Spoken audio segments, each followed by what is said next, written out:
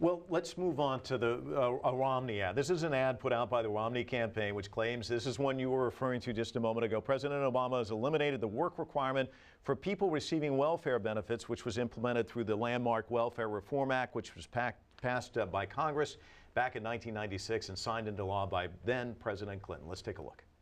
In 1996, President Clinton and a bipartisan Congress helped end welfare as we know it by requiring work for welfare. But on July 12th, President Obama quietly announced a plan to gut welfare reform by dropping work requirements. Under Obama's plan, you wouldn't have to work and wouldn't have to train for a job. They just send you your welfare check. And welfare to work goes back to being plain old welfare. Mitt Romney will restore the work requirement because it works. I'm Mitt Romney, and I approve this message. Zerlina, I was watching you while the ad was going. You were shaking your head. Of course, this was brought up in the convention where actually former President Clinton actually talked about how the administration was going to grant waivers to states if they could come up with a new formula that was actually forward-thinking, come up with a better strategy.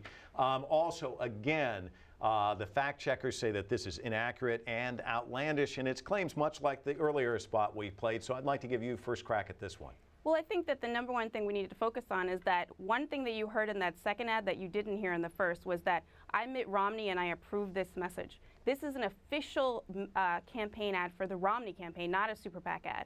And it is an out-and-out lie. It's not just misleading. It's completely untrue. Not to mention the fact that the welfare to work requirements, the waivers were requested by Republican governors. And he's not taking the work out of welfare. He's not just sending people checks.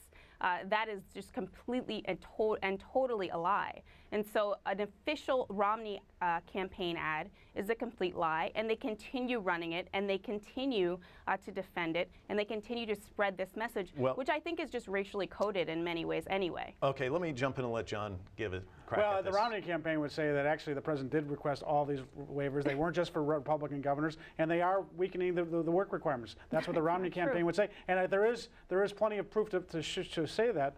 And the fact of the matter is that this is one of those issues out there. Are you going to try to find a way to make this work better, or are you going to try to scale back the work requirements? And so this is part of the debate. It's a policy debate, and I think it's all fair game. Let me give Zerlina a chance to respond real quick.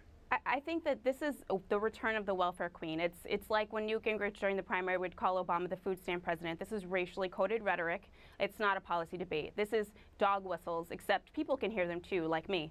And so when you're talking about the work requirements, we're just going to send you the check. That's a direct attack on the president being as the first black president. You wouldn't, and not to mention the fact, like I said before, these waivers were requested by Republican governors, 2 Republican governors. And so the Obama campaign simply granted their request, John, and then were attacked for it. John, you want to jump in, and then I want to move on.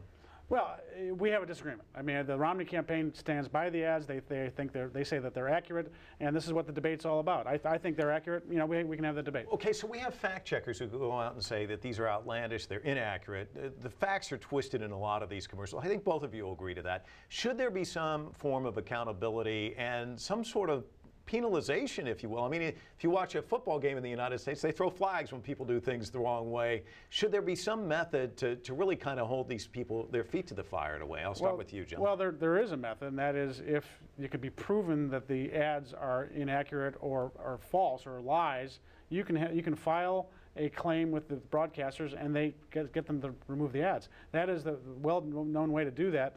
Neither the Romney nor Obama campaign. But isn't the damage already done, though? I mean, well, if you get the people to pull the ads, the damage is not already done. So you could go through that route if you want to. But how long a process is it? I mean, it's not like it can be a fairly quick process. It happens in local races all the time. And I think that both campaigns are careful enough that they don't go, except for maybe Priorities USA, they don't go completely over the top.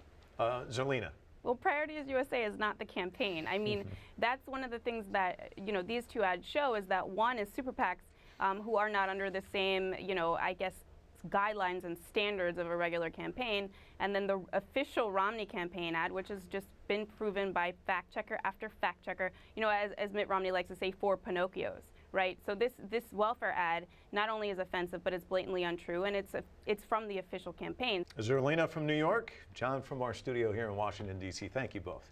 Thank you.